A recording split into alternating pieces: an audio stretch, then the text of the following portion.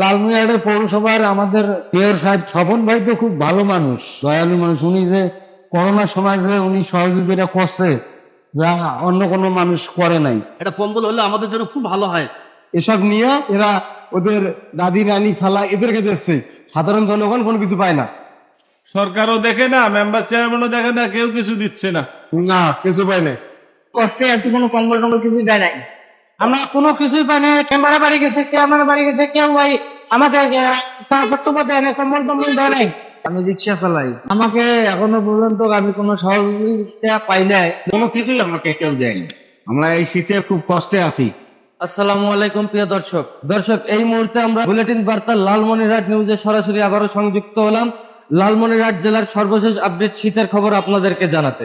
দর্শক, আপনারা জানেন প্রতিদিন রাত 10টা 1 মিনিটে বুলেটিন বার্তা লালমনিরহাট নিউজে লালমনিরহাটের সদর উপজেলার যে কোনো এলাকা থেকে আপনাদের সাথে আমরা সরাসরি সংযুক্ত হয়ে লালমনিরহাট জেলার সকল সর্বশেষ আপডেট নিউজ কিন্তু আপনাদেরকে জানিয়ে থাকি বুলেটিন বার্তা লালমনিরহাট নিউজে।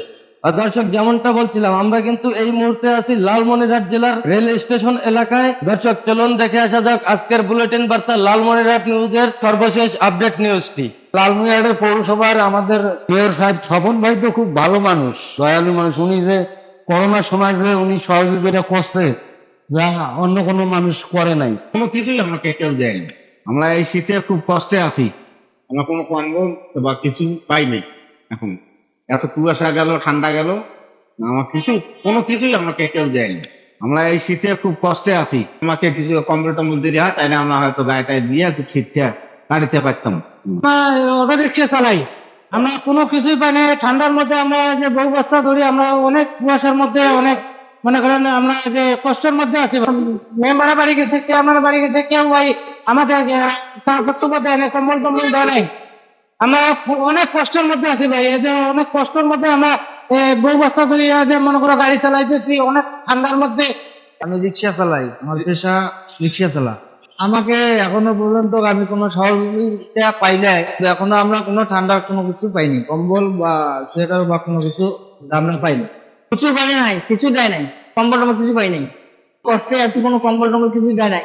না, কিছু পাই নাই। কেউ আমাদেরকে সহযোগিতা করবে, চেয়ারম্যান কেউ করে নাই। এবং কেউ মনে করেন এদিক দিয়ে অনেক মান্যগণ্য ব্যক্তি যায় আসে, তো কেউ তো আমাদের বিধি দেখে না। আমাদের তো ওই সমর্থ নাই যে আমরা একটা ভালো একটা জিনিস নিয়ে পড়বো, বা এই সমর্থ তো নাই। দিন করি দিন খাই, পরিবার নিয়ে অনেক কষ্টে আছে। আমাদের তো আর গরম কাপড় কেনার সমর্থ নাই। লালমিয়াটের পৌরসভার আমাদের মেয়র সাহেব তো স্বপন ভাই তো আমাদেরকে দেখে না।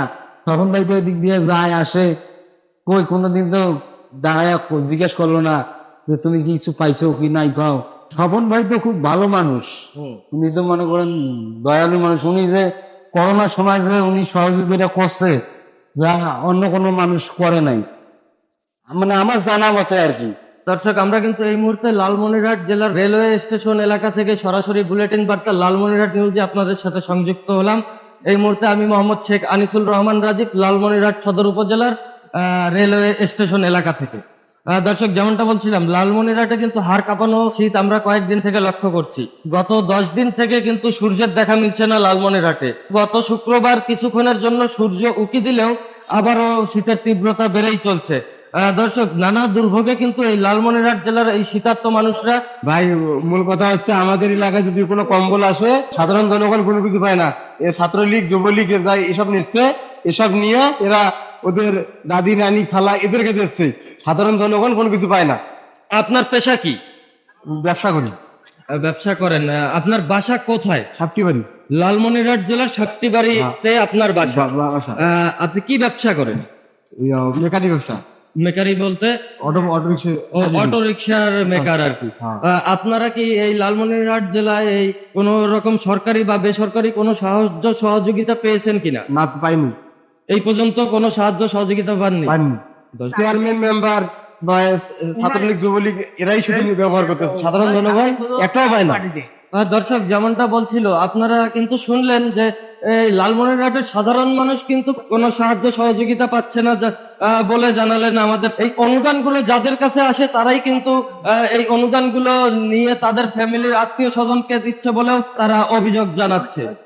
দর্শক আপনারা শুনলেন যে এই লালমনিরহাটে কিন্তু এই হতদরিদ্র শীতার্তরা ভীষণ কষ্টে দিন যাপন করছে। এই খড়কুটো জ্বালিয়ে ঠান্ডা নিবারণ করার চেষ্টা করছি। সরকারও দেখে না, মেম্বার চেয়ারম্যানও দেখে না, কেউ কিছু দিচ্ছে না। আমাদের দিকে তাকানোর কোনো লোক নাই। গরিব মানুষ, আমাদের কথা কে মনে রাখবে, কে ভাববে? আমাদের জায়গায় তো কেউ নাই, সরকারও নাই, এমপিও নাই, এখানকার মেম্বার চেয়ারম্যানও নাই। একটা কম্বল হলে আমাদের জন্য খুব ভালো হয়। হাত পা সব সিস্টেম রাখছে, কাজকর্ম তো পাচ্ছি না। সারাদিন 300 টাকা ইনকাম করা কঠিন অবস্থা, সেটা কম্বলের দাম 500 টাকা। কিভাবে সম্ভব? আমাদের দ্বারা সম্ভব না। প্রিয় দর্শক, আজ এ পর্যন্তই। আজকের মতো বিদায় নিচ্ছি। আবারও লালমনিরহাট সদর উপজেলার সর্বশেষ আপডেট নিউজ আপনাদেরকে জানাতে আবারও বুলেটিন বার্তা লালমনিরহাট নিউজে সরাসরি সংযুক্ত হব আপনাদের সাথে। ততক্ষণ পর্যন্ত ভালো থাকুন, সুস্থ থাকুন। লাইক, কমেন্ট, শেয়ার এবং ফলো দিয়ে বুলেটিন বার্তা লালমনিরহাট নিউজের সঙ্গে সংযুক্ত থাকুন। আজকের মতো বিদায় নিচ্ছি। আজ এ পর্যন্তই। আসসালামু আলাইকুম, আল্লাহ হাফেজ। শেখ মোহাম্মদ আনিসুর রহমান রাজীব, বুলেটিন বার্তা অনলাইন নিউজ ডেস্ক, লালমনিরহাট।